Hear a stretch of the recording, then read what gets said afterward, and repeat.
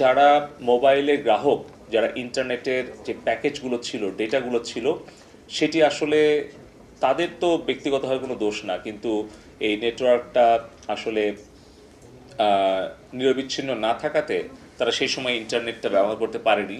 এই সকল বিষয় বিবেচনা করে আমরা আলোচনা সাপেক্ষে আমরা সিদ্ধান্ত গ্রহণ করেছি যে 3 দিনের জন্য আমরা মোবাইল নেটওয়ার্ক যারা আসবেন, ব্যবহার করবেন এবং 4G-তে যখন যুক্ত হবেন, তখন মোবাইল ইন্টারনেট ব্যবহারকারী প্রত্যেক গ্রাহক 3 দিনের জন্য 5 GB বোনাস তারা ডেটা পাবেন।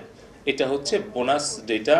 সকল ইন্টারনেট গ্রাহক যারা মোবাইল ফোনে ইন্টারনেটে যুক্ত হবেন আজকে 3টার পর, তারা 3 দিনের মধ্যে তারা এই